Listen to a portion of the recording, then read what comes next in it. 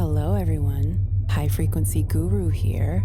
And today I want to talk about why you don't see movement in the 3D. The reason why you may not see movement in the 3D is because you don't see movement in the 3D. In order for you to see movement in the 3D, you've got to see movement in the 3D. For example, the fact that you are focusing on the fact that you don't see movement in your 3D is what is going to keep movement from showing up in your 3D. So if you would like to see movement in your 3D, then see the movement in your 3D. For example, say your boss has told you that they have mailed a check for you. So now you know that the check is on the way. So you go around telling people, yes, I have this money. Because essentially you do have this money because the check is on the way. So you go ahead and buy something on Klarna for 4 easy payments because you know that in 7 days, your check is gonna be there.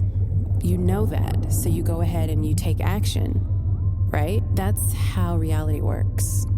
If you know something to be true, then even though you don't physically see the thing that you want to see in your 3D, you know you're going to see it, therefore you see it is there.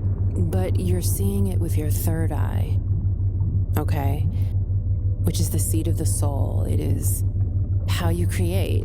So be still and know that I am God. This is where affirmations come in. So your dominant thoughts are what is manifesting at all times. We're always manifesting. You are God, literally. I'm sorry to break it to you. If you don't want to be God, I'm sorry.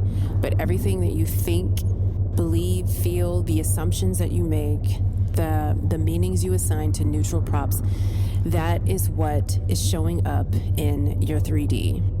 So the hack to this situation is that you change your dominant thoughts. How you can change your dominant thoughts is by repetition. You create, what thoughts do I need to have to see these things pop up in my 3D? You come up with the thoughts and you repeat them to yourself out loud on a loop, which essentially reprograms your subconscious mind, creates new neurons in the brain. This is important. It's important that you stay away from mentally abusive, toxic people. In order to do this, you kind of have to you have to take a Sabbath, a sabbatical. This is biblical. Jesus, 40 days in the wilderness, so you may need to go to the wilderness, metaphorically, maybe stay home. But that is why I have created a bunch of rampages that will reprogram your mind for you. And I recommend working on your self-concept. You've got to be still and know that you are God, that your dominant thoughts are what is manifesting, that it is you.